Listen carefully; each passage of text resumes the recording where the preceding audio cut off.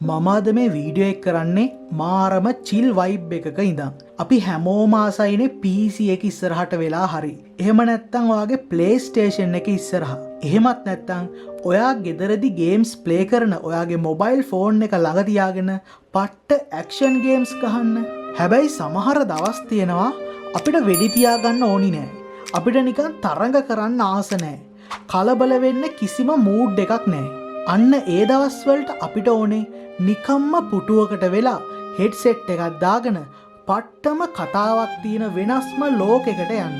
Film එකක් බලනවටත් වඩා අපේ හිතට වදින ඇස්වලට කඳුළු වෙන මාස්ටර්පීස් ගේම්ස් 13ක් ගැන අද මම අරන් ආවා.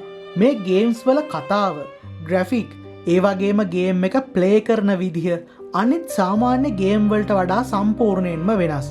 මේවා ප්ලේ කරාට පස්සේ ඔයාගේ ජීවිතය දිහා බලන විදිහ පවා වෙනස් වෙයි කියලා මට ෂුවර්. ඉතින් තේ එකක් කෝපි එකක් හදාගෙන ලෑස්ති වෙන්න. අද අපි යමු වෙනස්ම ලෝක 13කට. ලිස්ට් එක පටන් ගන්නෙම ලෝකෙ වෙන කිසිම ගේම් එකක නැති පට්ටම අමුතු මැකෑනික් එකක් තියෙන ගේම් එකකින්. ඒ තමයි Before Your Eyes. මේක ප්ලේ කරන්න ඔයාගේ කීබෝඩ් එකකින්වත් කන්ට්‍රෝලර් එකකින්වත් නෙවෙයි. ඔයාගේ ඇස් දෙකින්. ඔව්, ඔයාගේ වෙබ්කැම් එක මේ ගේම් එක හරහා ඔයාගේ ඇස් දෙක ට්‍රැක් කරනවා. ගේම් එක පටන් ගද්දිම ඔයා මැරිලා. ඔයා ප්ලේ කරන්නේ බෙන්ජමින් කියන මැරුණ කෙනාගේ ආත්මය විදිහට. ඔයා ඉන්නේ මලවුන්ගේ ලෝකෙට අරන් යන බෝට්ටුවක. මේ බෝට්ටුව පදින කෙනා ඔයාගෙන් අහනවා ඔයාගේ ජීවිත කතාව. එතකොට ඔයාගේ මතකයන් එකින් එක පේන්න ගන්නවා. හැබැයි මේකේ නීතියක් තියෙනවා. ඔයා ඇහැ පියාගන්න හැම වතාවකම ඒ මතකය ඉවර වෙලා කාලය ඉස්සරහට යනවා. ඒ කියන්නේ ළමා කාලයේ ලස්සන මතකයක් දිහා ඔයා ආසාවෙන් බලන් ඉද්දි එකපාරටම ඔයාට ඇහැ පියවුනොත් ඒ කාලය ගෙවිලා යනවා. අන්තිමට බෙන්ජමින්ගේ ජීවිතේ වුණු දුක්බරම දේවල් පේද්දි ඇස් දෙකේ කඳුළු පිරීලා හැපිය වෙන්නේ නැතුව ඉන්න පට්ටම ගේමක් ඔයාට දෙන්න වෙනවා. මේක වචනෙන් විස්තර කරන්න බැරි තරම් ඉමෝෂනල් අත්දැකීමක්. ඊළඟට තියෙන්නේ කතා කියන කලාවේ. ඒ කියන්නේ ස්ටෝරි ටෙලිං වල ඉහළම තැනක තියෙන What Remains of Edith Finch. ෆින්ච් පවුලට ලොකු සාපයක් තියෙනවා. ඒ පවුලේ ඉපදෙන හැම පරම්පරාවකම එක්කෙනෙක් ඇරුණාම අනිත් හැමෝම අමුතු විදිහට අකාලයේ මැරෙනවා. අවසානයේට ඉතුරු වෙන්නේ ඊඩිත් කියන කෙල්ල විතරයි. එයා අවුරුදු ගානකට පස්සේ Tamanගේ අතහැරලා දාපු පරණ මහගෙදරට එනවා මේ පවුලේ රහස හොයන්න. ඔයාට තියෙන්නේ මේ ලොකු ගෙදර ඇතුලේ එක කාමරවලට ගිහින් මැරුණු අයගේ දිනපොත් කියවන්න. දිනපොත කියවද්දී ඔයා ඒ මැරුණ කෙනාගේ චරිතයට යනවා. මේකේ එක ලෙවල් එකක් තියෙනවා ලෙවිස්ගේ කතාව. එයා මාළු කපන ෆැක්ටරි එක වැඩ කරන්නේ. එක අතකින් මාළු කපන ගමන් අනිත් අතින් එයාගේ හිතේ තියෙන මනංකල්පිත ලෝකයක එයා රජෙක් වෙනවා. මේක ප්ලේ කරද්දි අපේ හිතට එන හැඟීම් ඇත්තටම මාරයි. දැන් අපි යමු අපේ තීරණ මත කතාව වෙනස් වෙන ගේම් එකකට. Life is Strange. මේ ගැන නම් නොදන්න කෙනෙක් නෑ. මේක ආකේඩියා බේ කියන ලස්සන නගරයේ ඉන්න මැක්ස් ක්ලව්ෆීල්ඩ් කියන ඡායාරූප ගන්න ආස කරන කෙල්ලෙක්ගේ කතාවක්. එයාට එකපාරටම කාලය ආපස්සට හරවන්න පුළුවන් බලයක් ලැබෙනවා. ඒ බලෙන් එයා තමන්ගේ හොඳම යාළුවා වෙන කෝල්ගේ ජීවිතේ බේරගන්නවා. හැබැයි බටර්ෆ්ලයි ඉෆෙක්ට් එක නිසා ඔයා අතීතය වෙනස් කරද්දි අනාගතයේ ලොකු විනාශයක් වෙනවා. ගේම් එක පුරාම ඔයා ගන්න හැම පොඩි තීරණයක්ම අන්තිමට ලොකු වෙනසක් කරනවා. මේ ගේම් එකේ අන්තිමට එන තීරණය. ඒ කියන්නේ කෝල්ල බේරගන්නවද නැත්තං මුළු නගරයම බේරගන්නවද කියන තැනදී මොනවා කරන්නද කියලා හිතාගන්න බැරුව ඔයාට විනාඩි ගානක් ස්ක්‍රීන් එක දිහා බලන් ඉන්න වෙයි. Life is Strange හදපු Don't Not ස්ටුඩියෝ එකේ අලුත්ම මාස්ටර් පීස් එක තමයි Lost Records Bloom and Range. මේකේ තියෙන්නේ මම පෞද්ගලිකවම පට්ට ආස කරන අර 90 දශකයේ සහ නොස්ටැලොජික් ෆීලිං එකක්. 1995 අවුරුද්දේ යාළුවෝ 4 දෙනෙක් කැලේකදී මුහුණ දෙන අමුතුම අద్භූත සිදුවීම් සහ ඉන් අවුරුදු 27කට පස්සේ ආයෙත් එයාලා එකතු වෙලා ඒ රහස ගැන කතා කරන හැටි තමයි මේකේ තියෙන්නේ. මේ ගේම් එකේ ඔයා ගොඩක් දේවල් රෙකෝඩ් කරන්නේ අර පරණ කැම්කෝඩර් එකකින්. ඒ 90s ඇස්තටික් එක, සින්දු, ඒ වගේම ඒ කාලේ තිබ්බ නිදහස මේ ගේම් එකෙන් උපරිමයටම ගේනවා. පරණ මතකයන් වලට ආස අයට මේක අනිවාර්යයෙන්ම ගහන්න ඕනේ ගේම් එකක්.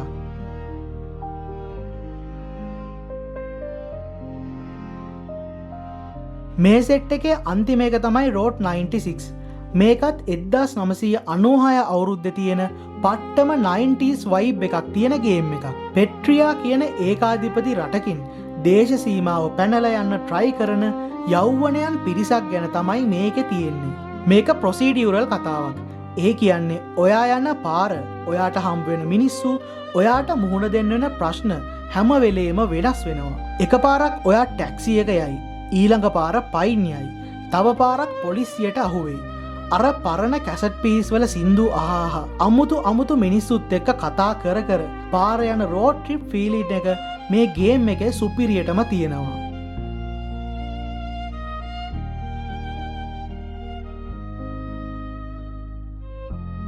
ඔයාට ඕනේ නම් සද්ද බද්ද නැති නිස්කලංක කැලෑවක තනි වෙන්න මෙන්න ගේම්ස් 3ක්. මුලින්ම ෆයර්වොච්. 1989 දී හෙන්රි කියන මිනිසයා තමන්ගේ බිරිඳට හැදෙන දරුණු අමතක වීමේ රෝගය නිසා ඇතිවෙන මානසික පීඩනය දරා ගන්න බැරුව ඒ හැම දෙයකින්ම පැනලා ඇමරිකාවේ ෂෝෂෝන් කැලෑවේ ෆයර් ලුකවුට් ජොබ් එකකට යනවා. මුළු ගේම් එකේම ඔයාට ඉන්නේ ඔයා විතරයි. හැබැයි ඔයාගේ වෝකි ටෝකියකින් අනිත් කන්දේ ඉන්න ඩේලියා කියන කාන්තාව කතා කරනවා. ඔයාලා දෙන්න කැලේ වෙන අමුතු සිදුවීම් ගැන හොයනවා. මේ කැලේ තියෙන පාළු ගතිය වගේම අන්තිමට එන යථාර්ථවාදී අවසානය ජීවිතේ ප්‍රශ්න වලින් පැනලා යන්න බෑ කියන එක අපිට නියමෙටම කියලා දෙනවා.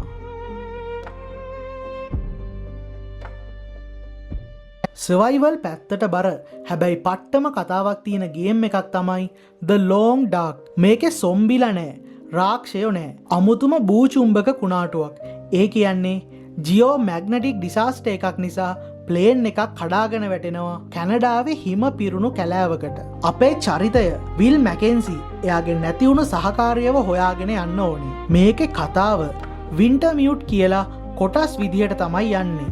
ඒ කියන්නේ එපිසෝඩ් විදිහට තමයි යන්නේ. හැබැයි මේ ගේම් එකේ තියෙන සීතල, කෑම නැති වෙනකොට දැනෙන බය සහ කැලේ ඉන්න වෘකයින්ගෙන් බේරිලා තනියම ජීවත් වෙන හැටි ඔයාට මාරම පාළු, ඒ වගේම ගැඹුරු හැඟීමක් අරගෙන එනවා.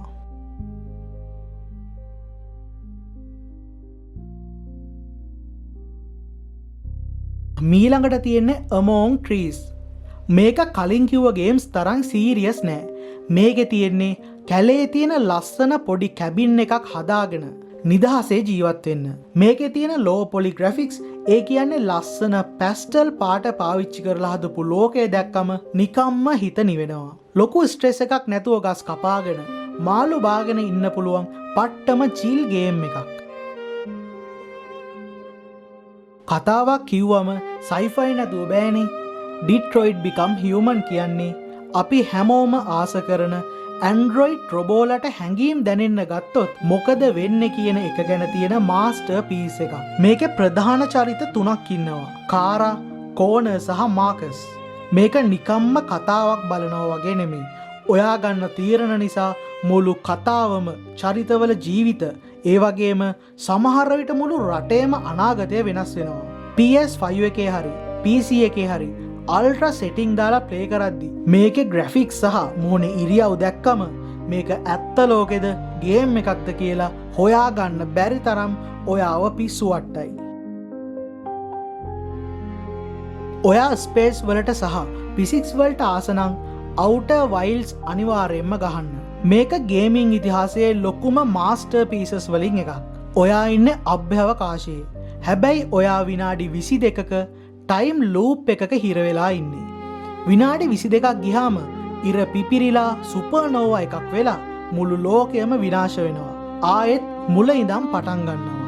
ඔයාට තියෙන්නේ ඔයාගේ පොඩි ලී වලින් හදපු ස්පේස් ක්‍රාෆ්ට් එකෙන් නැගලා මේ විනාඩි 22 ඇතුළත වෙනත් ග්‍රහලෝකවලට ගිහින් නෝමයි කියන පරණ ජාතියේ රහස් හොයාගෙන මේ විශ්වය විනාශ වෙන එක නවත්තන්න ක්‍රමයක් හොයන එක. මේකේ කතාව ඔයාට කවුරුත් කියලා දෙන්නේ නැහැ. ඔයාම තමයි හොයාගන්න ඕනේ. අන්තිමට මේකේ කතාව තේරුණාම අනිවාර්යෙන් ඔයාගේ ඇඟේ හිරිගඩු පිපෙයි.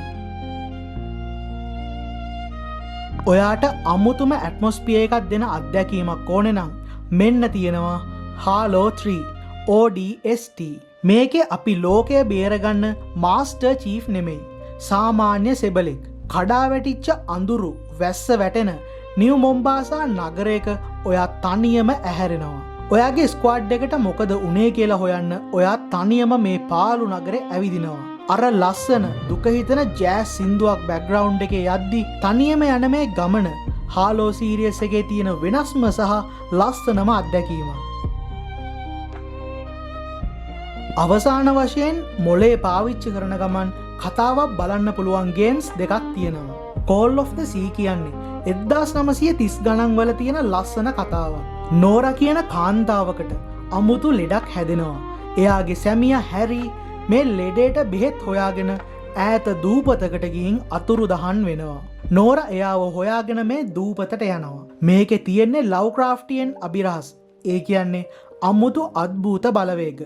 හැබැයි ග්‍රැෆික්ස් නම් පට්ටම වර්ණවත්. පසල් විසඳන ගමන් සැමියට ඇත්තටම මොකද උනේ කියලා හොයන මේක පට්ටම ලස්සන ආදර කතාවක්. අපේ ලිස්ට් එකේ අන්තිම ගේම් එක තමයි Everybody Gone to the Rapture. මේකේ කතාව යන්නේ 1980 ගණන් වල එංගලන්තයේ යෝක්ටන් කියන ලස්සන ගමේ. හැබැයි ගමට ගිහාම ඔයාට තේරෙනවා මුළු ගමේම මිනිස්සු එකපාරටම අතුරුදහන් වෙලා කියලා. කිසිම කෙනෙක් නැහැ. ඔයාට තියෙන්නේ ඒ ගමේ ඇවිදලා රේඩියෝ පණිවිඩ අහලා ඒ වගේම අර දිලිසෙන ආලෝකධාරා ඒ කියන්නේ ග්ලෝවින් ලයිට්ස් වලින් එයාලට ඇත්තටම මොකද උනේ කියලා හොයාගන්න එක. මේ ගේම් එකේ යන සවුන්ඩ් ට්‍රැක් එක සහ කතාව අන්තිමට මාරම විදිහට හිතට වදිනවා. මේ ලෝකෙ තනි වුණා වගේ හැඟීමක් මේ ගේම් එකෙන් අපිට හොඳටම ලබා දෙනවා. ඉතින් මචං ඇක්ෂන් විතරක්ම නැතුව මේ වගේ ස්ටෝරි මාස්ටර් පීසස් ටිකක් ඔයාගේ PC එකේ හරි PlayStation එකේ හරි ඔයාගේ වෙනත් කන්සෝල් එකක හරි අනිවාර්යයෙන්ම ප්ලේ කරලා බලන්න. මේවා නිකම්ම ගේම්ස් නෙමෙයි. මේවා හරියට අපි ඇතුලේ ජීවත් වෙන චිත්‍රපටි වගේ. ඔයා මේ ලිස්ට් එකෙන් ආසම කරන නැත්තම් ප්ලේ කරද්දි ඇත්තටම හිතට දැනුණු ගේම් එක මොකක්ද කියලා පහලින් කමෙන්ට් එකක් දාන්න. ඒ වගේම වීඩියෝ එක වටිනවා නම් ලයික් එකක් දාලා දිගටම මේ වගේ සුපිරි ගේමින් සහ ටෙච් කන්ටෙන්ට් බලන්න Who's Mr. J channel එක subscribe කරන්න. අපි ඊළඟ වීඩියෝ එකෙන් ඉක්මනටම හම්බ වෙමු. ජය වේවා. Happy gaming.